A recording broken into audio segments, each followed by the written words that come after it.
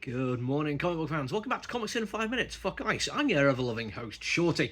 We're going to look at something today which I've kind of been intrigued about for a while without realising quite what I was getting into. A comic book called Corpse Knight is going to interest me. It sounds an awful lot of fun in a medieval sense, and I'm like, yeah, let's go for it. And I was kind of happy to realise that it was Michael Chavez. Sorry, I've got a name here. Yeah, Michael Chavez, the guy writing it. And I was like, oh, right, okay, cool. Never heard of that name. When I read the back matter, it's like, oh, it's the dude who like done some of the Conjuring movies. Like, okay, this guy's got like proper horror chops. He knows what he's talking about. He's put out some movies I've really enjoyed.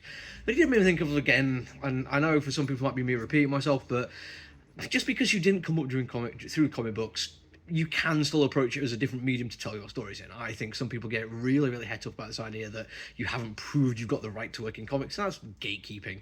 And except in a few very, very minor, limited areas, I'm morally opposed to gatekeeping. You're probably wondering what kind of gatekeeping I'm okay with. I get you. It's probably worth finding this out. Nazi punks can fuck off. But that's about it, really. Like, in the grand scheme of things, stuff along that line is it. This guy coming in with a lot of experience in horror to write a comic book because he wanted to try out a different medium, he wanted to tell a story in the way he wanted to do. I've got to respect that.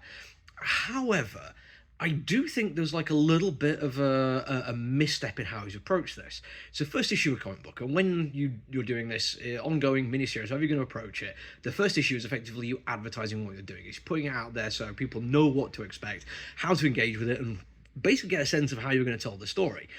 It's not the same as the first 15-20 minutes of a movie, although it might take up the same amount of time as percentage of the story. Because it's a movie, you don't then just wait for the rest of it. It just carries on and you're going. This one, after issue 1, people are going to take a break. They're going to have a month to think about it. And the one thing I keep going back to is the pacing at the start of it. It just felt really slow to me. Now, some of it was down to just setting up the time and place, and I get that. It's worthwhile doing. It's France doing the 100 Years' War. There's an awful lot of depravity and terrible things going on there. It's worth making sure you know what's going on there. But there is a weird little aside where we get quite a lot of story taken up by a dad telling his daughter an anecdote about Joan of Arc. And I'm like, yeah, okay, cool. It turns out if you get to the end of the comic book, that does kind of come back. When you get to the back matter, the writer explains why he's done it the way he has. But it does feel, in this opening act of issue 1, that we spend more time with this anecdote than we do actually getting to know who our main characters are.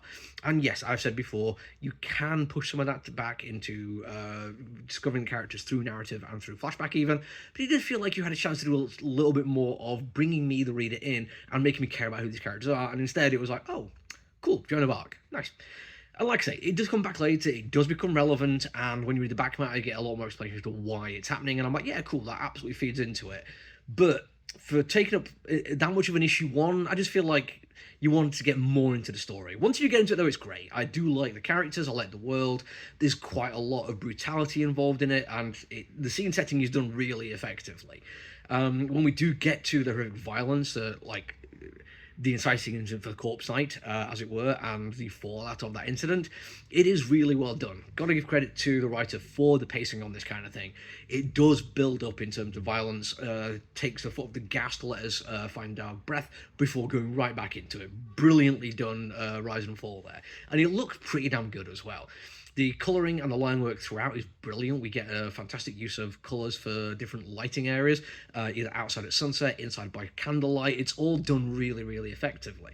But I do have one very minor criticism on this one as well, and it's not the kind of thing which is really going to stop me enjoying it too much, but there's a couple of times in fights where how close we are to the violence isn't quite right for me. We're either too far away and it doesn't feel quite so personal. That might be down to the fact that I watched Justin Cronin's The Mummy the other day, which is an Evil Dead movie, not a mummy movie. But there's so much close-up in there which really brings you into the visceral horror of it all. When this one does go close, though, it feels like it's doing it from an unusual angle. And we're not seeing the fallout of the violence. We're not seeing the impact.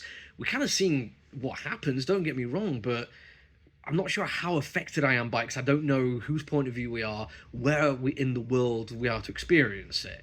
And again, minor quibble, in terms of how you put a comic together, that is not a major concern. But when I noticed it in one particular beat, I saw it happen again later on, I was a bit like, right, okay, I feel like I need to reassess who this fight scene is for and who's experiencing the violence in this way, how are people being affected by it. That being said, I'm still okay with the comic book overall. I still look forward to doing the rest of it. I think the writer has got the ability to tell this story brilliantly. I just hope he engages more with how people are going to engage with it as a comic book rather than a movie. But we'll have to wait and see on that one. That's it for me for now, though. Until I see you all again, look after each other, everyone. Stay safe. Bye.